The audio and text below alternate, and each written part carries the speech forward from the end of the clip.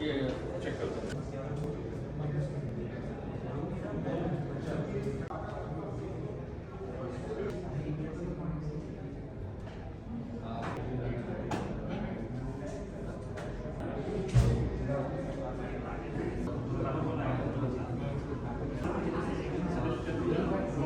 Mostly people would consider this is a notice which is notification which is only having limited life, and therefore we don't know whether it will be extended or not extended, and therefore they would budget some taxes on some basis which may be higher or lower than the actual taxes which may be fall on such transactions. It creates one, uncertainty for the businesses to take positions on taxes, and second, it also results in the bids being higher than it could be if there was a certainty in this matter. Another example I'll give you, in quite a lot of the business contracts with the defense, there is a tax concession given or a tax treatment given which says that if the contracts pertain to the defense of the security which is so approved by the Ministry of Defense, then the taxpayer shall be entitled to a certain tax advantage. We have seen number of cases where the Ministry of Defense approves that yes, it is for the purpose of the national security, but Ministry of Finance still has not been able to process that, and we don't know if there is a guideline between this and that between the ministries to progress it. So these two examples I give not because of any other reason, but for the reason to, one, highlight that interdepartmental harmonization, there are lots of areas to cover, and we as chamber can bring in more aspects, just like I brought one for the related party transaction. And there are aspects of where virtually a single window kind of a thing through Ministry of Finance should happen, but we do find that there is some lag or there is some black box in between which is not transparent to businesses, and that increases the businesses' uncertainty and therefore cost of the bids and therefore cost to the exchequer in terms of procurements that are made.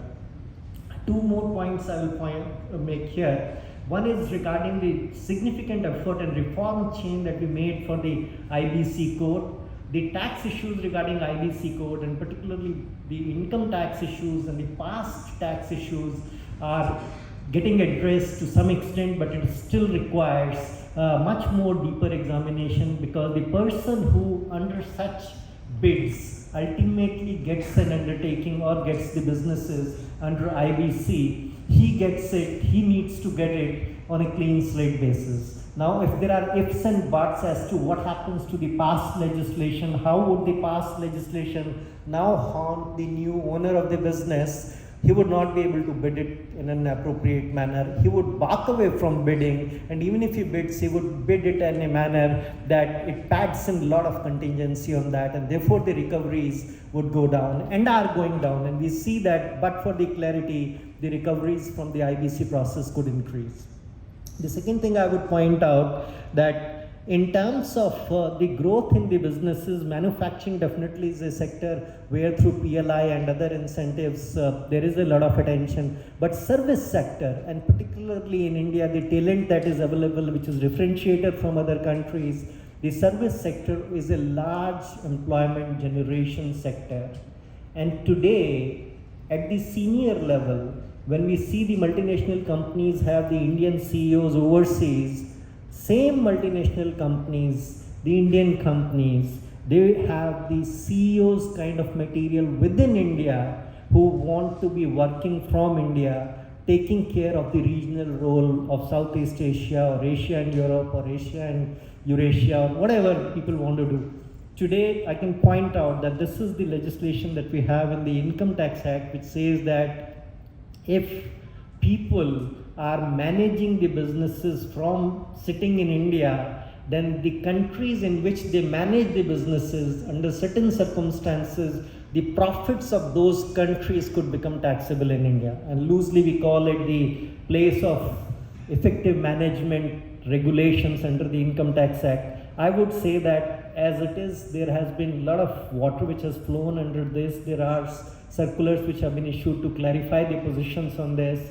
But today I can tell you from experience of the interactions with the members that people don't want to create the regional roles to up the value chain game in India, to increase their manpower in India because of apprehension on this. So I would encourage that, at least for the purpose of this regulation, if there are regional roles being performed by the people sitting in India, there should be a specifically carved out for this. With these two additional examples, I will put a halt to my conversation today with you and would hand it over back to the organizer. Thank you very much. Thank you, Rahul, for opening remarks. And Honorable Chief Guest, Mr.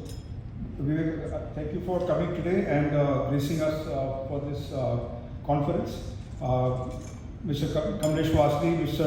Rajat, Bansal, all of you, very warm welcome to everyone. And eminent speakers today and distinguished guests and members of ASSOCHAM. Warm welcome to everyone for this conference. I think it's great to see a full house after 3 years. It's been a privilege to be able to host this conference in the capital city of India. A lot has changed in the last 3 years after long hiatus of 3 years of 2 years of pandemic, and thereafter this conference that we are having in person. Number one, which I think as I would like to highlight, is that India is now entering a new era. In my view, and I'm personally so glad to see this happening, that for once every year or every every time you hear this statistics about how the revenue growth is actually exceeding the target that has been set. I think I've not seen this in my lifetime of almost 3 decades of this consistent revenue growth that India is witnessing in both direct and indirect taxes, which is really heartening. I think it's India's time has come as a developed country in the making. So I think that bodes very well for generations to come. How is that happening? There are multiple factors that go into it. Of course, we were just discussing a while ago that what sets pace is a fast-growing economy at the core, which is actually contributing to revenue growth. That's number one. But there are important aspects apart from that. There is an increased tax compliance, which we also see. There is an efficacy of the tax administration that also has a very important role to play. And I think we are almost getting there as a stable tax regime. I think these are the key factors that contribute to the growth of tax revenue. And I think I'm very glad that we are embarking on a very prosperous journey for our country going forward. The next, of course, is as a country digitally leapfrogs, and I think India is at the forefront of that. We have the largest digital absorption in the world. We are one of the largest and the fastest growing market for digital consumers in the world. I think there are some great cornerstones of our digital journey. And I think more than that, I think the government has been the core of driving this digital transformation for our country. And I think for once I can admit that government is actually ahead of the private sector when it comes to digital information. And we see that in the data that government now has. And we were just discussing with Mr. Aggarwal just a few minutes ago that the amount of information now available with the government is so overwhelming. It possibly gives anyone a pulse of what's happening in the economy much better than any other statistics that you otherwise would find in public domain. I think these are the cornerstones of how the digital transformation is taking place in our country, and I think that's a big one in my view, apart from the tax revenue growth that we're seeing as a country. The last one is, of course, if you focus back on the international tax regime, I think we remain in some kind of a stress situation even as of now.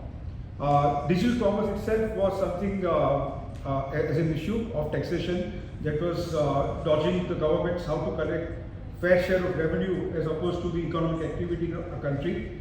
That has not been resolved. But on top of it, now we have the Russia-Ukraine war, which has possibly, I would have said, changed the economic parameters of how countries will operate permanently going forward. And I see possibly that multilateral taxation is going to be under great amount of stress going forward, and bilateral taxation resolution possibly will see a much faster growth happening to the detriment of many countries in the process. Weaker economies do not have bargaining power, they possibly suffer the most. And we don't need to look far beyond. If you look at our neighbors' plight, whether it is Pakistan, Sri Lanka or Nepal, it says it all, how economies are shaping up to the new world and the challenges. I think we are fortunate as a country that our economy is possibly now the 5th largest economy in the world and slated to become the 3rd largest in a few, I would say maybe a decade or so. So I think that's the Indian story on every front. India is possibly as a shining economy for the world. Coming to today's conference, there are some very interesting sessions. First will be led by Hemal. He was going to be taking the section 194R with Mr. Kamlesh to give his expert comments. That's going to be a very interesting session. And then we have Mr. Sachin Garg, who is going to take us through the emerging international tax issues as a roundup. I think that's also something needed after 3 years of time to just get a cap on what's happening. But apart from that, we have three very interesting subjects. One is, of course, the FTAs, the emerging story on FTAs. Honorable Minister of Commerce, Mr. Piyush Goyal is driving this large change of the trade part, and I think it will be a very interesting session also. Gift City, which is Honorable Prime Minister's, favorite subject, I would say, and possibly ushering us into a financial economy going forward. That's the next subject, which is also going to be very interesting. And lastly, a subject that possibly we would have not heard 3 years ago, which has acquired great relevance, is hybrid working. And Vikas is going to take us through that. So, our interesting day today, many experts to listen to. I'm looking forward to very interactive sessions going forward. And with these comments, I would request Mr. Aggarwal to take over and give us the inaugural address. Thank you.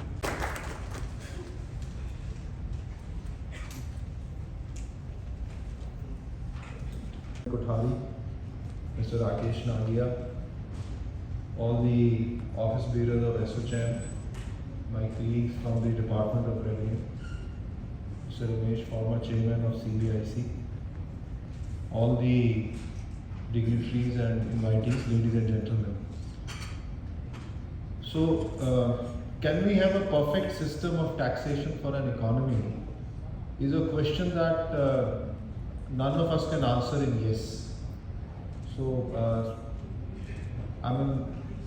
accepting the imperfections of a taxation system, one can start looking at how we can implement a system which is more transparent, which has less subjectivity in implementation and in administration, which promotes ease of doing business. As a recent report said, it does not lead to jailing for doing business for people who are actually taxpayers, and it also leads to growth and development of our country's economy. So this is all what we can look forward to. So when we look at a taxation system, rather than looking at a perfect system, we are looking at a system which is actually a progressive system, which helps the economy and businesses to grow. So with this, I would like to say that in the recent times, as Mr. Chaudhary was pointing out, that we have seen a very good and robust growth in the taxation collection, both on the direct taxes side and on the indirect taxes side. But it has also led to thinking in the government that while we are implementing the reform, the faceless system has come in the direct taxes system. We have a data-based and a data-oriented IT-enabled GST system that has been rolled out in the country successfully. Now can we look at ease of doing business and decriminalization of tax laws as a priority?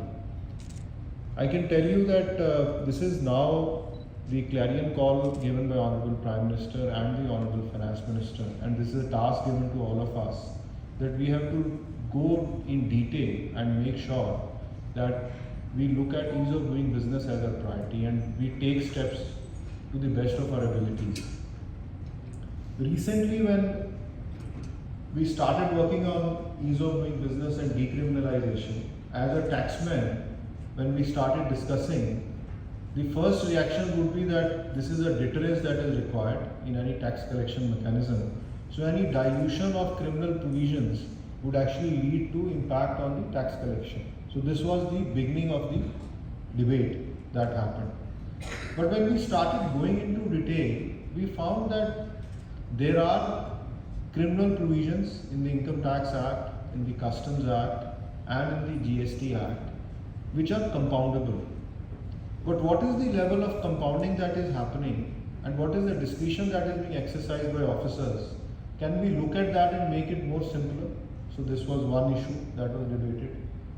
The second issue was we have threshold limits for criminalization or prosecution of a particular tax evasion setup. So there are thresholds of certain amount like 25 lakhs of tax evasion and income tax.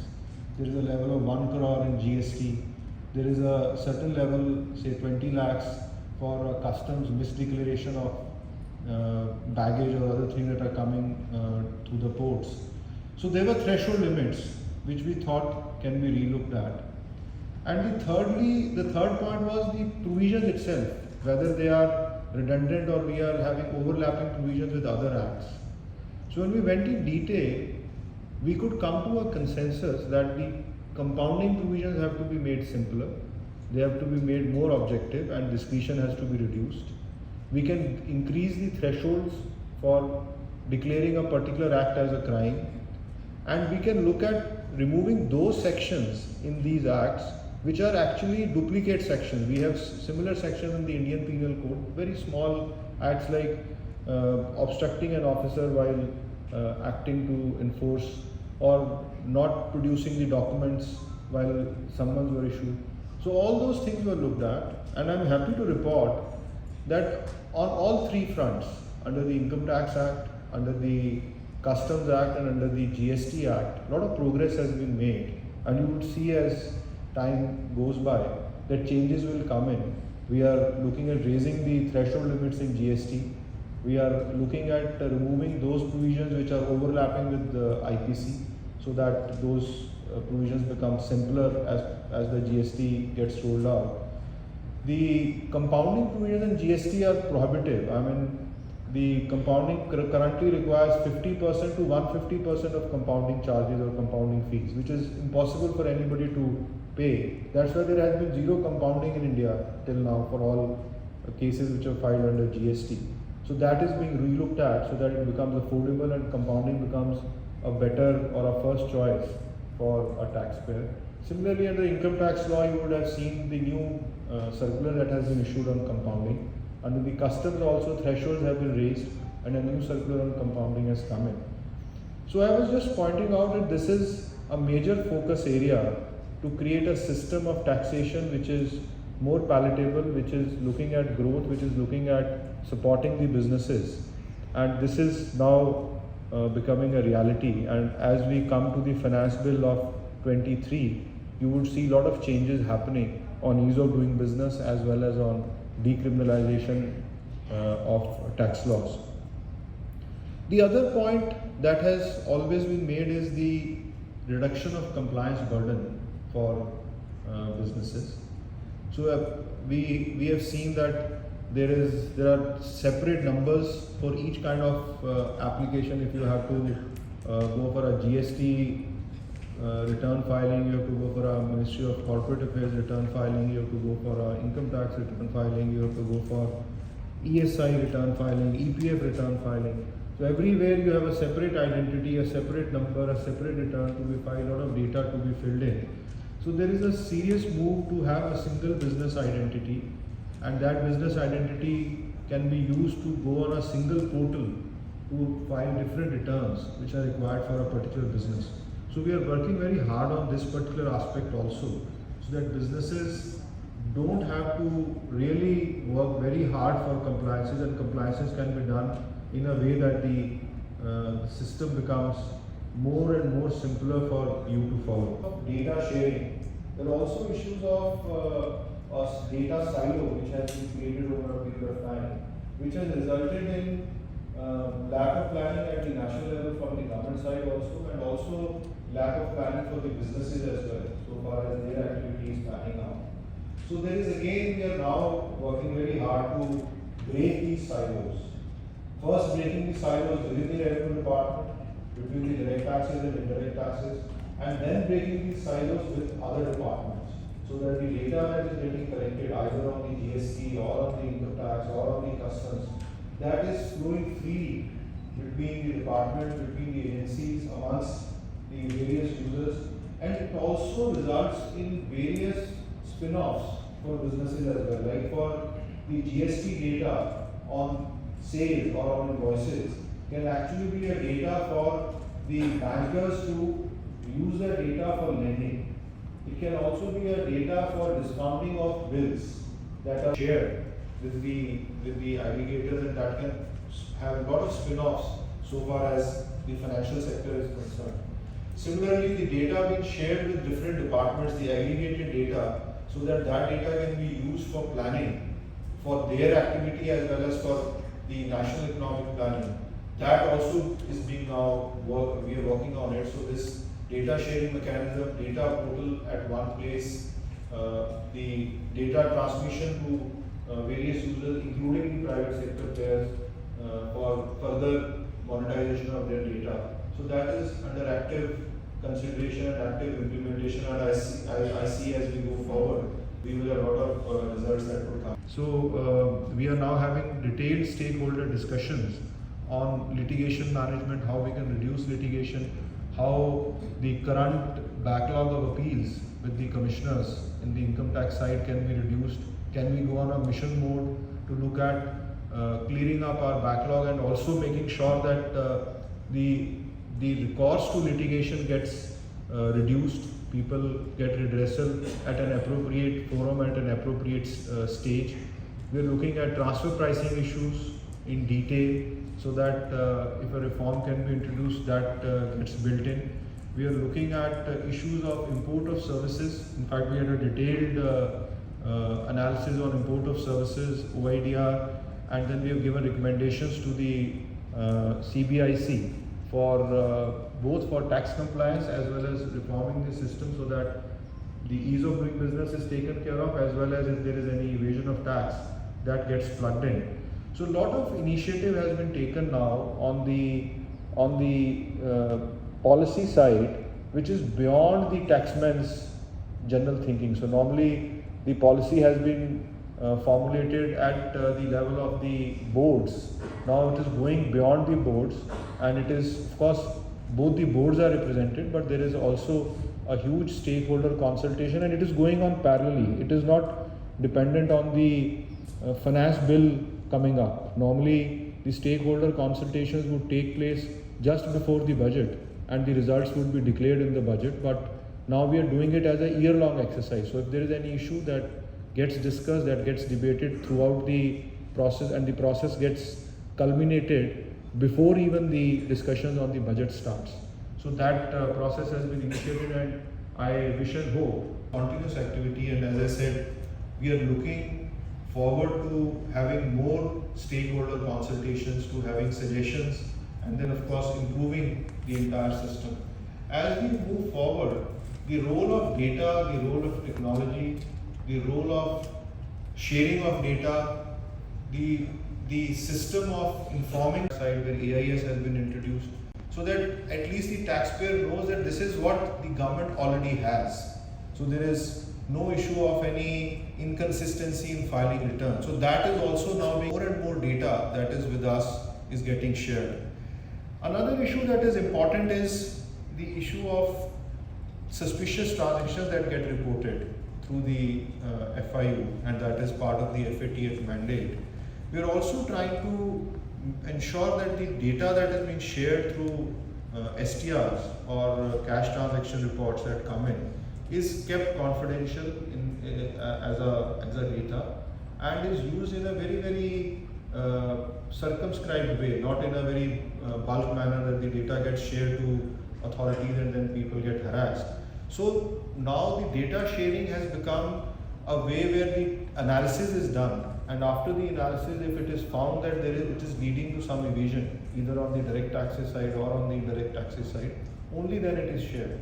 So automatic sharing of data is not there, and lot of checks and balances are being put in place, so that there is no that the emphasis of this government is to use taxation systems as a tool for growth, not as a hindrance to growth. The entire focus is that the collection of tax should become as smooth and as objective as possible, based on technology, with least intrusive behavior, with least subjectivity in implementation. So wherever there are issues, of course there are issues, as I started in the beginning, that we are not perfect as such, and being perfect or trying to be perfect would always be an objective, an utopian idea which we keep on following, but the steps taken are towards that direction so that we reach a system which is conducive to the business and which is conducive to country's growth. I would again like to say that all of you are partners in this entire setup, all of you are partners in the policy formation. I would encourage all of you to speak out, to give your suggestions, to participate in the stakeholders meetings that we are continuously holding. Give your input, be aggressive about it. There is no need to be shy about saying the right thing. We are there to hear, we are there to implement the right thing. There is no mandate to feel bad about any criticism. We are open to criticism. We are open to complaints if there are any in our implementation. But we are also ready to reform. We are also ready to change. We are also ready to make sure that Honorable Prime Minister's mandate and Honorable Finance Minister's mandate of creating ease of doing business and looking at decriminalization as we move forward. I really welcome all of you to be our partners. Thank you. Vivek sir, thank you very much for your sharing. I would just put for your consideration that for stakeholder consultations which happen periodically on identified subjects, if you wish to consider an open portal where people can submit their consultation ideas and at the back end from technology, these can be classified. Thank you so much. Again, Mr. Aggarwal, for sparing some of your most valuable time, joining us here today and sharing with us those insights. And we request you to kindly now officially release the knowledge report. And I'll also request other dignitaries.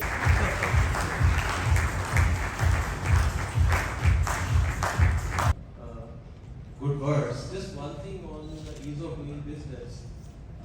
For 194R, when the equalization levy came, we said that this is the most complex, but I can tell you 194R is giving a good competition to equalization levy. And sir, you have been giving these circulars and all. One of the circular latest which has come by saying that if it is not possible in the bigger conference, some of the expenses, then you can disallow, and nothing, no penalties and all. Can this be extended to some other? Because this is a very complex, whether something is benefit to the business associates is very difficult to at times identify. So can this be extended to other areas where the business is not in a position to really say whether it is a benefit or not? Once the business disallows this expense, who is expert on taxation matters. So probably you have a discussion in that session, and whatever suggestions are coming out or whatever formulations come out, I request the organizers to send it to us. We look towards it, and we'll see how more simplification can be added to the whole process. But it is, in fact, I always joke about it. I passed the Income Tax Act as a subject in BCom as a student. Then I passed the same act, as a subject as a student of Company Secretary, the CS. Then I passed the same subject as a student of law. Then in my civil services, commerce was my subject. So again I passed the Income Tax Act there. But after doing Income Tax Act or writing the exam for 4 times, I still get confused when I go through CBDT, GF, Z. So you are having a session on it. You please have a discussion in detail and bring out all the suggestions. We will look at it. Thank you. Yes, raise your hand, please. First to the lady, please say to the lady on the second table. Oh, sir, please go ahead, just raise your hand. It's a quarter of digital literacy. For academic, I like to ask questions, very important questions. First thing is very lacking today to know what direction is government. Super, was competent. The initiatives that they take and most important policy matters, which actually contributes. Coming first to interdepartmental coordination, super, as Dr. Show's committee is strong. First question, are you thinking of plugging both the posts, CBDT and CBIC? Very important recommendations which are to show recommend these things before. Regarding the decriminalization and ease of doing business. Regarding decriminalization, of course, we could be the way the government now. Good to hear the direct taxes also doing. Apart from bringing out certain offences from this prosecution process, this is what we're doing in the country now. I think of eliminating all the means of prosecution during the process. And particularly, I find there's a quite for mandatory prosecution. We've never seen any where the judge doesn't have discretion to the person based on mens. Recently, you had a guidance in the GST mens. But the judge, as of today's rule, please consider this witness and think of removing those witnesses. Ease of doing business, you are my partner, as you said just now, you are partner, we are partners. But big actions are required earliest for the department, so we can move forward. One not something that I see possible in the near future. These are two very strong structures with different culture, with a different training, with a different. This is a system which is a uniform service in the lower ranks. There is a enforcement mechanism. They are supposed to arrest. They are kind of the entire mechanism of enforcement and training is absolutely different. Under the income tax side, the criminal prosecution, arrests, these are a rare occurrence. They are not there in the system. They are more on the adjudication aspect, and they go into detail about the escaping income, and they go into detail of audits, etc. So the requirement and the training that is there for specialized officers working in the two setups is quite different. And of course, there was a committee recommendation, but I don't think this is immediately under consideration. So far as decriminalization is concerned, the point is valid. In fact, under the Income Tax Act now, there are only two sections where compounding is not allowed. Under section 275, that is, one is when during the search, if any prohibitory order is issued, like a locker is seized or sealed, or some premises is sealed, you open that up, only then it's a criminal offence. And secondly, if there is a reluctance or non-submission of documents or papers while the raid is actually happening, the search is actually happening, there are only two provisions which are not decriminalized. Under all the other provisions of Income Tax Act, yes, on the direct taxes side, about 9,800 got compounded. So more than 80% were already getting compounded, and now with this coming in, this process of decriminalization on the direct taxes side is actually a reality. On the indirect taxes side, customs is a different kind of a mechanism. Customs is not only a tax law, actually it's an enforcement mechanism. Because in customs, the seizures are on illegal arms, on drugs, on fake currency notes, etc. So that is an inter-border movement that customs controls. So customs inherently requires a criminal arm. Otherwise, they don't have a prosecution arm. They are a uniform service. They cannot implement. They are like a border police in many ways. So, but in the customs also, there has been an attempt to raise the threshold levels. From 20 lakh, we have raised it to 50 lakhs for illegal or misdeclaration of goods. The threshold for other evasion is also raised from 1 crore to 2 crore. Compounding has been made simpler, because earlier the compounding, the officer who was to compound had to also say that the offender has actually made a complete disclosure of the information. So that was to be recorded by the officer, the satisfaction of the officer, and that was an inhibiting factor. So under the customs, out of those 2,400 odd prosecutions that were launched in the last 5 years, only 76 could be compounded. Rest went into prosecution. So this data was looked at, and now a new circular has been issued in August, which simplifies the process of compounding under the customs. In GST, the law is even slightly more complex. Actually, GST has a legacy. It has the legacy of the service tax on the one side, excise and VAT on the other side. So GST, since it was implemented, it was a new act and a new law, so the prosecution was a very important part of the GST law. So from 1 to 2 crores, there was a prosecution discretion to the officer, but it was a bailable, non-cognizable offence. 2 to 5, it is cognizable, bailable, but 5 above is a non-bailable offence. So again, if you see the data at the national level, there are more offences registered which are 5 crores plus, very few less than 5 crores, and 1 to 2 crores were almost nil. So now we are re-looking at, of course GST is a slightly longer process because we have to go to the GST Council and then we will go to the legislature. But that process has been initiated to simplify the GST prosecution provisions also, so that they become more business friendly. So there is a serious attempt on looking at the provisions on decriminalization, and there will be a result that will come out. The great initiatives that we are planning for ease of doing business. So one of the things that you mentioned is reduction of compliance burden. I would really want to understand that, as you said, there are multiple written filings under direct tax, and we have GST filing, then also under PF filings are there. So what are the plans, how we are going to make it more simpler, or bring all these filings under one portal?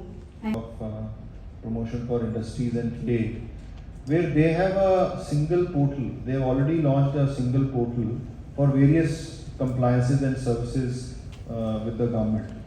So as a phase 1, we are now trying to create a system entity of a business. You could go on that purposes. You don't have to go to different portals. That's the first step. But the second step would be that if you fill in information in a particular form in that portal, that should get auto-filled to other forms that are required. So your requirement to fill in the information again and again for different purposes, for different compliances should go away.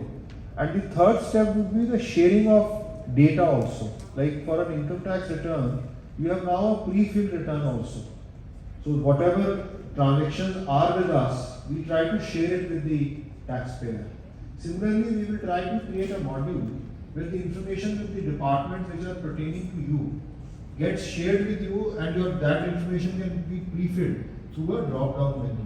So at least the process of filing returns will become simpler, and the data management of the data silos that are there between different departments and different agencies, that will slowly start breaking down, and the data will get collated under one system.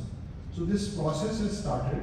In fact, I was given 15 days time to give a report on the single business identity. The challenge was the entity and the unit. So one entity may have various units. Entity, of course, you can define a natural person or a legal person. But then the units can be a factory establishment, or can be an office, can be a different establishment, can be a store or a warehouse. So that process we are working on, so that once we create that mechanism, that becomes implementable all across, rather than having. So we will be doing it in a phased manner, and hopefully with the business process re-engineering on one side and the use of technology on the other side, we will be able to.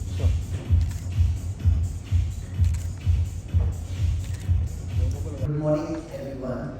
It is indeed my pleasure and privilege to be part of this gathering of learned and distinguished guests.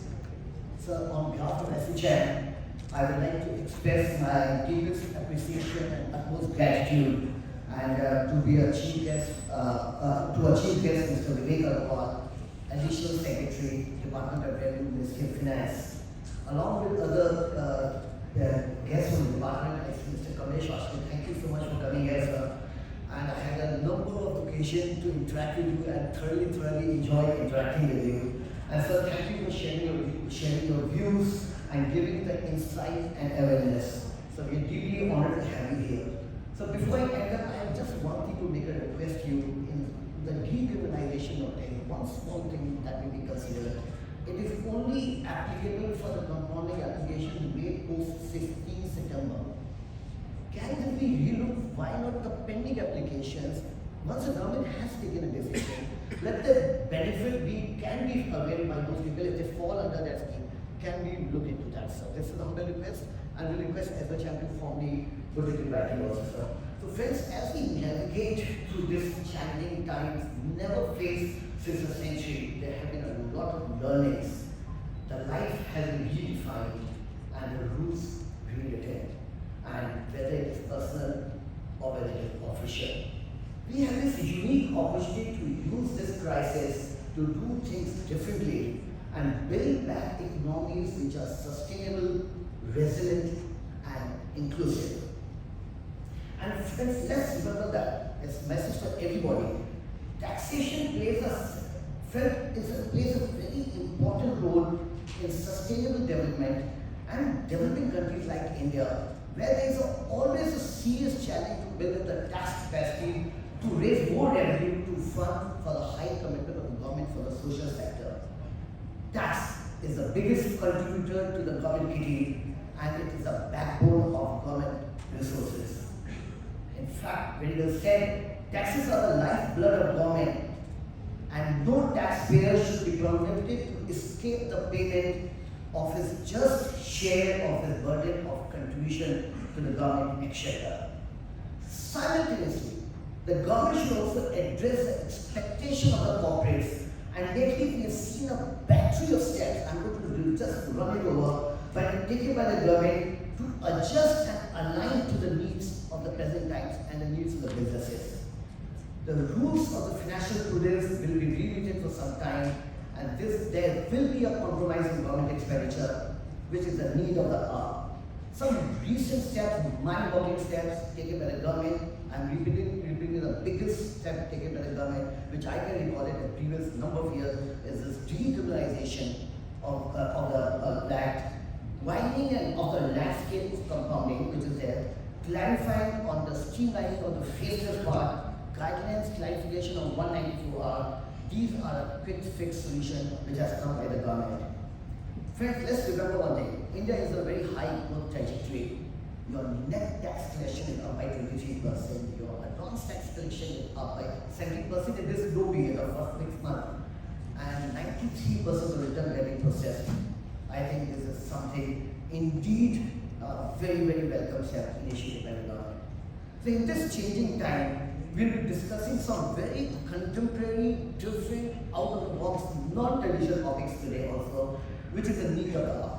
So we at ASSOCHAM are confident that this conference will give us a rounded understanding of these some very important topics which is emerging in the taxation environment. So I take this opportunity, sir, for thanking you for being there, addressing it, calling us on an open house, come back to you for any problems are there. So we will definitely like to come. One struck me, I just shared with you, sir. And thank you once more for coming for this day.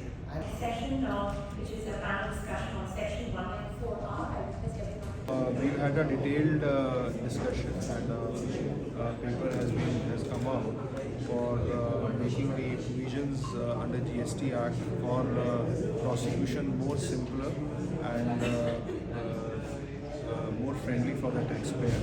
So we have section 132 under the CGST Act, which निर्देश दिए कि हमें tax collection के साथ साथ जो tax payer का ease of doing business है उस पर ध्यान देना है, और जो टैक्स लॉज है वो ऐसे नहीं होने चाहिए जिसमें बहुत छोटी गलती की वजह से हम किसी व्यक्ति को जेल में भेज दें। तो डिक्रिमिनलाइजेशन पे एक मेजर मूवमेंट शुरू हुआ है और उस पर बहुत काम रेवेन्यू डिपार्टमेंट कर भी रहा है।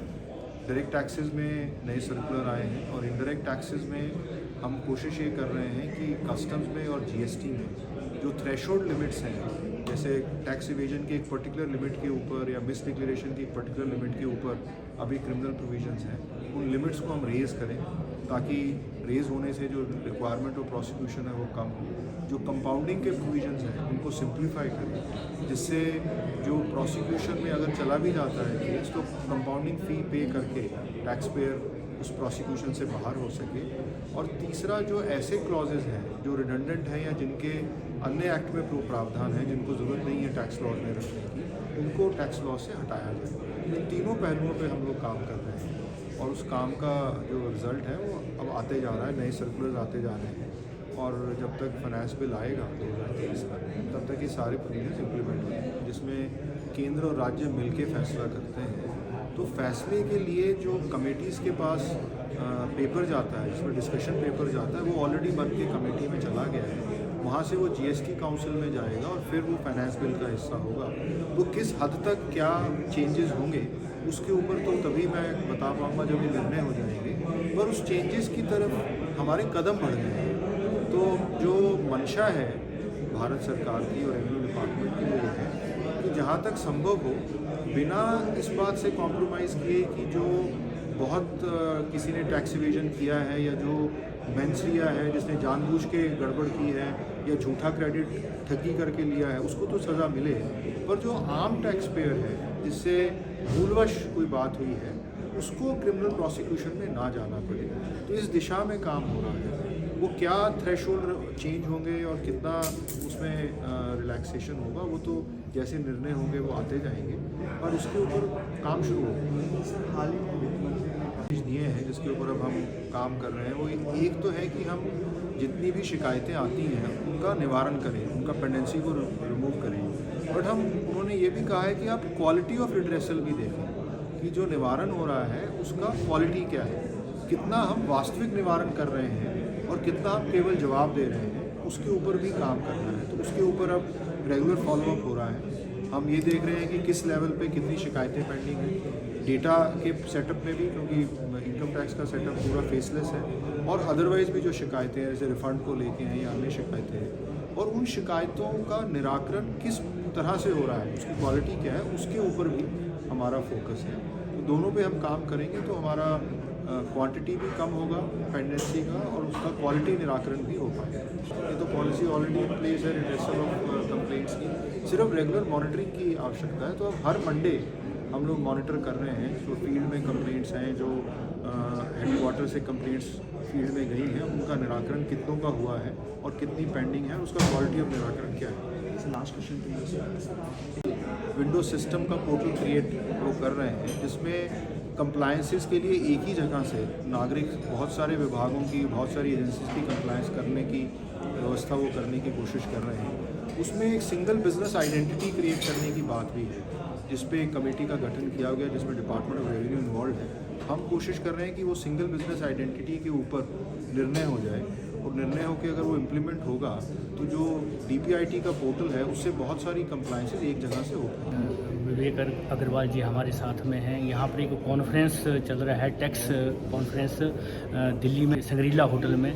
तो सर जी जो बातें आपने सब बताई हैं अच्छी बात है, लेकिन जो हमारे बॉर्डर में जो सिपाही हैं और उसके बाद जो पुलिस है, उनके लिए टैक्स माफ़ होना चाहिए सर, क्योंकि उनको भी देना पड़ता है। बहुत 24 आवर्स वो ड्यूटी में कार्यरत रहते हैं। नीचा तबका जो है उसके लिए क्या प्रावधान है, क्या उनको माफ़ हो जाना चाहिए टैक्स सर? एक्चुअली टैक्स तो इनकम के ऊपर है। अगर किसी की इनकम टैक्स के जो थ्रेशोल्ड लेवल है उसके ऊपर है तो उसको टैक्स देना पड़ता है। अगर उससे इनकम उसकी कम है तो नहीं देना पड़ता। जो छोटे मुलाजिम हैं, जो इनका सैलरी कम है, उनको टैक्स या तो है नहीं या बहुत कम है। जिनकी सैलरी ज़्यादा है, जैसे हम लोग हैं, तो उनको टैक्स भी ज़्यादा देना पड़ता है। तो ये टैक्सेशन तो प्रोफेशन से लिंक्ड नहीं है, आपकी आमदनी से लिंक्ड है। तो जैसी आपकी आमदनी है वैसा टैक्स है। तो जो आम जनता है सर, जो बहुत मेहनत से वहाँ तक पहुँचती है, मान लिया किसी का 6 लाख हुआ है तो 5 लाख तक मान लिया अगर कम है तो 1 लाख पे उसको टैक्स देना है। तो क्या इस तरह से नहीं हो सकता कि वर्गीकरण किया जाए कि उसका वर्गीकरण है जिसका 5 से 6 लाख की आमदनी पे टैक्स रेट बहुत कम है, 10% ही। 1 लाख पे 10, उसको सिर्फ 10,000 रुपये टैक्स देना पड़ेगा। अगर किसी की 20 लाख आमदनी है तो उसको 30% टैक्स देना पड़ता है। तो जैसे जैसे आमदनी बढ़ती जाती है वैसे टैक्स बढ़ता जाता है। अगर कम है आमदनी तो कम टैक्स है। लेकिन सर जो हमारे फौजी भाई हैं, जितने भी जो बॉर्डरों में काम कर रहे हैं, तीनों सेनाएँ हैं, पैरामिलिट्री फोर्सेज है, पुलिस है, ये एक कैटेगरी बना दी जाए कि इनको टैक्स माफ़ कर दिया जाए। देखिए ऐसा है कि हर प्रोफेशन के लिए भारत सरकार अलग अलग सुविधाएं देती है। जैसे जो फौज के हमारे जवान बॉर्डर पे रहते हैं उनके लिए राशन है, उनके लिए खुद की इंसेंटिव्स हैं, उनको हर तरह की सुविधा, जो अलग सुविधा है वो देश के लिए लड़ रहे हैं, जो वो सुविधाएं उनको मिलती हैं। पर जो टैक्स का सिस्टम है वो तो सभी के लिए एक है। वो किसी प्रोफेशन में अगर कोई ठेला लगाता है या बाज़ार में स्ट्रीट वेंडर है या छोटी दुकान चलाता है या ठेला चलाता है, जिसकी जैसी प्रोफेशन है, जिसका जैसा आमदनी है, जो जिसकी आमदनी है उस पर वैसा टैक्स है। तो उसमें ये भेद करना तो मुझे नहीं समझ में आता कि कैसे होगा कि आप क्या, आपका कार्य क्या है। अगर आप किसान हैं तो किसान की जो खेती की आमदनी है उस पर टैक्स नहीं है, बट अगर उसकी कोई और आमदनी है, किसान अगर कोई और आमदनी कर रहा है तो उसके ऊपर टैक्स है। अगर वो कोई मज़दूर है, अगर वो गाड़ी चलाता है, वो जिसने टैक्सी चलाई है, टैक्सी में उसने थोड़ी आमदनी की, अगर वो टैक्स के लेवल से नीचे आमदनी है तो नहीं टैक्स है, अगर उससे ऊपर है तो उसको टैक्स है। ये अलग अलग डिस्टिंक्शन होना तो संभव नहीं है, पर आपकी बात सही है कि और जितनी सुविधाएं हमारे जवानों को दी जा सकती हैं वो हमें देनी चाहिए। Thank you very much sir. तो ये थे हमारे बीच विवेक अग्रवाल, जो एडिशनल सेक्रेटरी हैं डिपार्टमेंट ऑफ रेवेन्यू में। टैक्स कॉन्फ्रेंस दिल्ली में संग्रीला होटल में चल रहा है। बहुत सी बातें आप सबके सामने आएगी। बहुत बहुत धन्यवाद। Thank you very much. The 194 is only 1. Of course, subject to the 20,000 limit and the exclusions. But do you see any practical difficulties, because that example or that question I know has been subject matter of discussion in this particular sector. But do you see any practical difficulties implementing in your sector? Yeah. Thanks, Anand. Good morning to everyone. A small disclaimer, the views are my personal views and my organization may have different views on this. And I would start that Kamlesh has rightly articulated the genesis behind 194R. And I see there is a conflicting clarification even in the circular, specifically in case of discount and rebate. So the word used is incentive, other than discount and rebate within the bracket, and then it started cash or in kind, and there are a few examples, EV, car, etc. is given. Now the problem is when you are using the word cash, so I don't see any transaction where you are giving a cash discount or a cash incentive to the other party. It is not getting recorded, and once it is getting recorded, there should not be the same should not be subject to 194R. So to my understanding, there should be a clarification regarding the cash. I understand the word cash might be used to widen the scope of this particular provision, but if there is any transaction where I am giving cash to the other party and he is not recording, it means I am also not recording the same. And if it is not getting recorded, there cannot be any 194 implication of the same.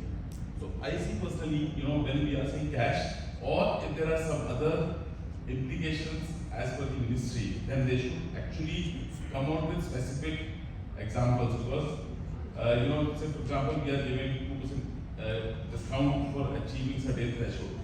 Maybe the 2 crore rupees volume discount, right? So if I am giving that volume discount, the other party do not have any option but to record that in books of accounts.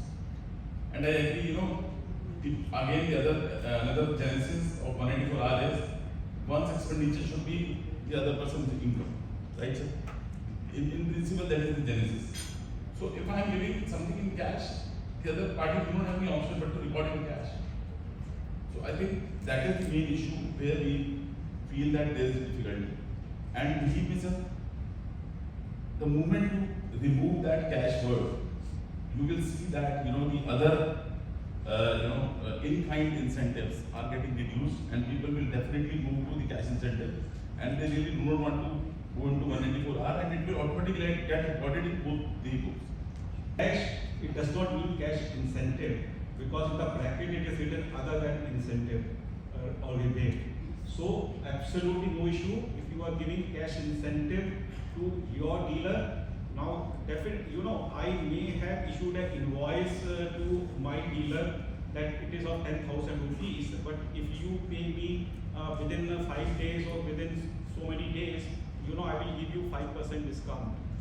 So he will record it at whatever 95,000 rupees in his books as the purchase price, and I will record it at 95,000 rupees as my sale consideration. So there is no benefit here.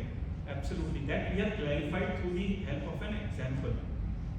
Now, always remember there is a big challenge before us whenever we write any circular and try to give example. It is always, revenue authorities will always be reluctant to give example in a circular because they know if they give one example, there are 10 people waiting outside to misuse that example.